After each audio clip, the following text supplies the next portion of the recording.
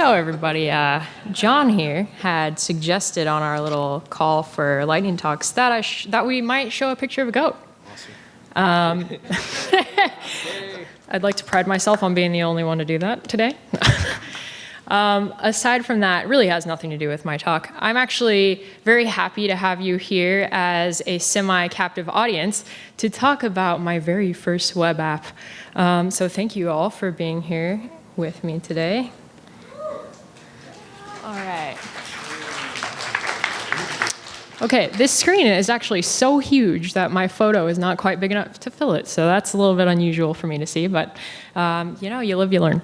So just like we saw that kid, now let's say that you have a human kid and you're looking for some quality childcare.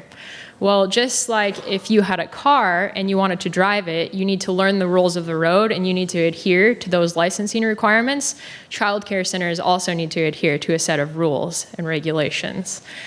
So interestingly, California has all of this data available to the public, but the only way that you can really filter by that data on the California website is by center type, center location, center name, but you can't filter it by citation count. And citations are what childcare centers get when they don't follow the rules. And so I thought it would be interesting to just sort of reorganize this data in a way that I could allow users like a parent who's looking for a center or maybe a teacher who's looking for a new school to figure out if it's a place that they would like to take their child or to work at. So let's go ahead. You know, live demos can sometimes be messy, but let's hope this goes well. So we have our map zooming in. And let's say, though, that actually I'm about to move to Los Angeles. And also, I'm going to have a new baby, so I'm going to look for an infant center. So when we search, we have these results pop up for us. You can see that the markers are color-coded by citation count, so it's very visibly obvious to see right before you even click on it how it's doing. We have here a little link that'll take us to a profile page for that center. And you get a quick little view on how many citations they've had, what sorts of visitations, and what date. But let's say that we really want to get in deep. We want to know what kind of citation this was, because I'm not so sure if I want to take my kid here yet if they've had a citation. Well, that link takes you directly to the associated web page for that site.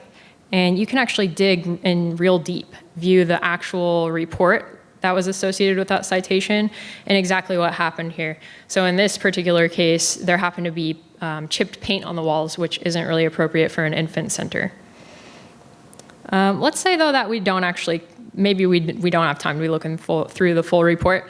We can just click on this licensing regulation code here and get a brief little snapshot of what that was actually about, what their citation code was. Now back to the map, I just wanted to briefly say one of my favorite parts of working on this web app, and that is right here, this search form. You can see that there are a number of different fields that a person can interact with. There's 8, I believe. Well, anyways, you can do a quick count.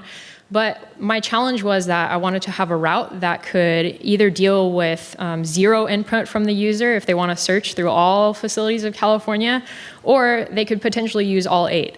And so I didn't want to create a whole load of conditional logic and lots of queries in this one route. So what I decided to do was to use method chaining with the help of SQL Alchemy in calling to my PostgreSQL database.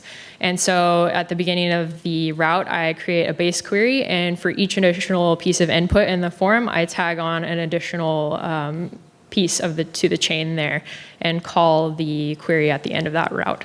So that was one of my favorite parts of working on this. Another interesting thing, I actually used to be a preschool teacher, and it would have been great to have had this tool back then, because I checked into this one preschool that I had a pretty bad experience with. It turned out that it actually had 9 citations. It was a red marker plot point, and so if I had had this tool back then, I could have avoided that bad experience. Anyways, thank you so much for taking the time to be here and to listen to this so I could practice sharing my web app with you. And I hope that you guys have a great rest of PyBay.